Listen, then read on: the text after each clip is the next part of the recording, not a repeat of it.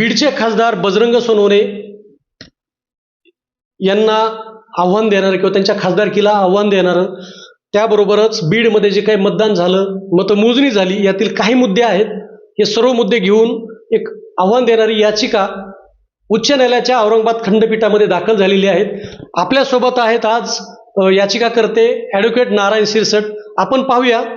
नमस्कार सर. नमस्कार. आपण पाहूया की नेमकं त्यांनी कोणत्या मुद्द्यावर याचिका दाखल केलेली आहे, त्यांच्या याचिकेमधील नेमके मुद्दे जे आहेत हे मुद्दे कोणते आहेत हे त्यांच्याकडून आपण जाणून घेऊया. सर, आम्हाला सांगा की तुम्ही याचिका जी दाखल केलेली आहे, या याचिकेमध्ये जे काही मुद्दे आहेत हे मुद्दे नेमके सविस्तरपणे सांगा श्रोत्यांसाठी किंवा प्रेक्षकांसाठी, जनतेसाठी, नागरिकांसाठी, मतदारांसाठी, की नेमकी याचिका कोणत्या कोणत्या मुद्द्यावर दाखल केलेली आहे आणि एकंदरीतच आपल्या मुद्द्यावरती निकाल काय अपेक्षित आहे, न्यायालय निकाल काय देऊ शकतं, सविस्तरपणे जे काही मुद्दे आहेत आम्हाला सविस्तर सांगा. कारण जे आतापर्यंत मार्केटमध्ये चर्चा आली किंवा चर्चा जी झाली समाजामध्ये, तर चर्चा अशी आहे की भाजपच्या कार्यकर्त्यांनी याचिका दाखल केली का नेमकी कोणी केली, वेगवेगळी चर्चा आहे. त्यामुळे एक त्या बाबतीमध्ये सुद्धा खऱ्या अर्थानं स्पष्टीकरण होणं अपेक्षित आहे. सर, आम्हाला सांगा की नेमकं मुद्दे आपले काय आहेत, की कोणत्या मुद्द्यावर आपण याचिका दाखल केली. मी सर्वात अगोदर सांगतो, मी भाजपचा कार्यकर्ता नाही. मी एक सर्वसामान्य भारतीय नागरिक आहे, बीड जिल्ह्याचा रहिवासी आहे आणि मला बीड जिल्ह्यामध्ये मतदान करण्याचा अधिकार आहे लोकसभेला. या दृष्टिकोनाने ही सदर याचिका दाखल केली. याच्यामध्ये सर्वात अगोदर म्हणजे निवडणूक निर्णय अधिकारी जे आहेत त्यांनी बीडमध्ये 7 अनधिकृतपणे बूथ निर्माण केले अबकडप्रमाणे, जे की त्याची प्रसिद्धी राजपत्रामध्ये होणे गरजेचे आहे. निवडणूक आयोग आहे त्याची परमिशन घेणे गरजेचे आहे. ते त्यांनी परमिशन न घेता राजपत्रामध्ये प्रसिद्धी न करता 7 बूथ बेकायदेशीरपणे अंमलात आणलेले आहेत, जे की मतदान करण्याच्या अगोदर 15 दिवस किंवा 3 दिवस अगोदरच ते बूथ निर्गमित केलेले आहेत. आणि 15 दिवस अगोदर आपण पोलीस स्टेशन, तुमचं मतदान हित आहे ते जनतेला आपण एक आपले जे शिक्षक लोक असतात किंवा मतदान प्रतिनिधी असतात ते आपल्याला प्रत्येक घरी घरी येऊन सांगतात की तुमचं मतदान ह्या शाळेवर आहे, त्या शाळेवर आहे. याच्यामधले जे लोक आहेत एक 7 बूथवरचे, हे लोक अबकड केलं, यादी विभक्त केली नाही. त्याच्यामुळे त्यांना म्हणजे मतदान कोणत्या केंद्रावर करायचंय आणि कुठं नाही करायचं याच्याबद्दल त्यांना म्हणजे ते मतदानापासून वंचित राहिले. हा सगळ्यात वंचित किती राहिले असे? एक सरासरी 7,000 मतदान होतं, त्याच्यामध्ये झालेलं मतदान सोडता बाकीचे लोक वंचितच राहिले. ते मतदान भाजपला पडणार असू द्या किंवा राष्ट्रवादीला पडणार असू द्या, पण मतदान बूथ वाढवल्यामुळे ते मतदान वंचित राहिलं. अजून काय मुद्दे आहेत वेगळे? आणखी दुसरा मुद्दा आहे की त्यांनी जे कागदपत्र दिले त्याच्यामध्ये उत्पन्नाचा जो सोर्स आहे, जे खासदार आहेत माननीय आता सध्याचे बजरंग बाप्पा सोनवणे, त्यांनी जे दिलेले कागदपत्रे आहेत त्यांनी त्या कागदपत्रामध्ये उत्पन्न कमी दाखवलेलं शपथपत्रामध्ये. आणि त्यांच्या नावावर 2 कारखाने आहेत, त्याचे मॅनेजिंग डायरेक्टर आहेत, त्याच्या कागदपत्र सगळे पुरावे आमच्याकडे आहेत. आम्ही मान्य न्यायालयात दाखल पण केलेत, काही पुरावे आमच्यापाशी शिल्लक पण आहेत. आम्ही योग्य वेळेस पुराव्याच्या टायमाला मान्य न्यायालयात दाखल करू. आणि झालेल्या मतदानामध्ये तफावत आहे. आता बीडमध्ये त्यांनी काय केलं, 86A, 130A, 39A, 140A, 170A, 190A, 12A असे 7 बूथ अचानक वाढवले. त्याच्यामध्ये मतदान वाढवल्यामुळं लोकांना माहित नाही झालं आणि जे मतदान मोजणी झालेली त्याच्यामध्ये 909 मताचा फरक.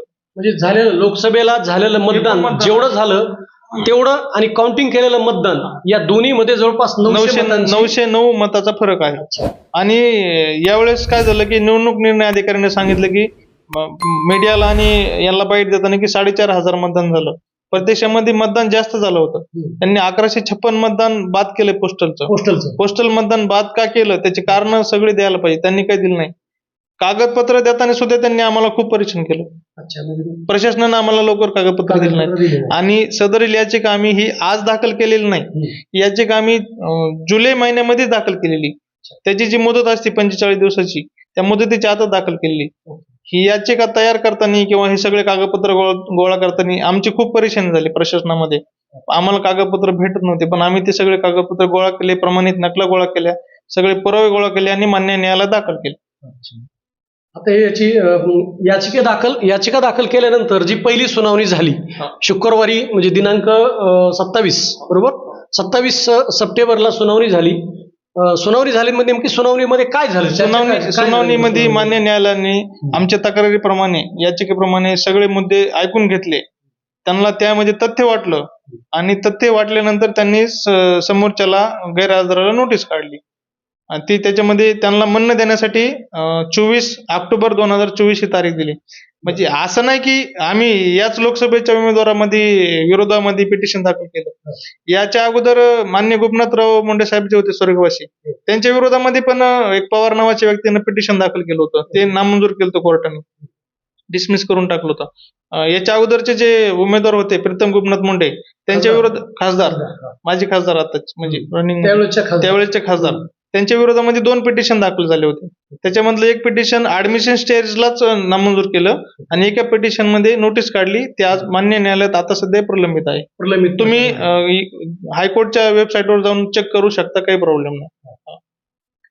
आता याच्यामध्ये मुद्दा असा आहे की याचिका दाखल केल्यानंतर जे काही आव्हान देण्यात आलेलं आहे खासदारकीला, बजरंग सोनवणे यांच्या खासदारकीला, आणि प्रशासनामध्ये जे काही सावळा गोंधळ दिसला किंवा जे काही मुद्दे दिसले, या मुद्द्यावरती ही याचिका आहे.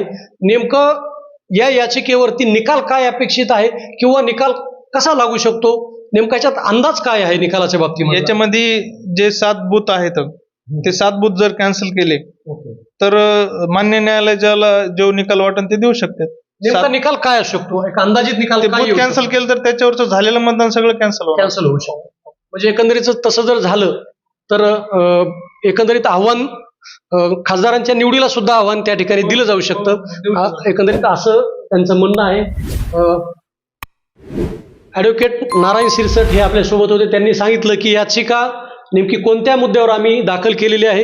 काही त्यांनी मुद्दे सांगितलेले आहेत आणि काही मुद्दे बरेचसे जे काही आहेत की ते मुद्दे आणखी त्यांनी सांगितलेले आहेत पूर्णपणे ते पुराव्याच्या, कारण पुरावा काही त्यांना गोळा करायचा आहे किंवा ते त्यांची प्रक्रिया गोळा करण्याची चालू आहे. आणि जे काही पुरावे न्यायालयाबरोबर किंवा न्यायालयामध्ये दिलेले आहेत आणि आणखी पुरावे काही ते देणार आहेत असं त्यांचं म्हणणं आहे.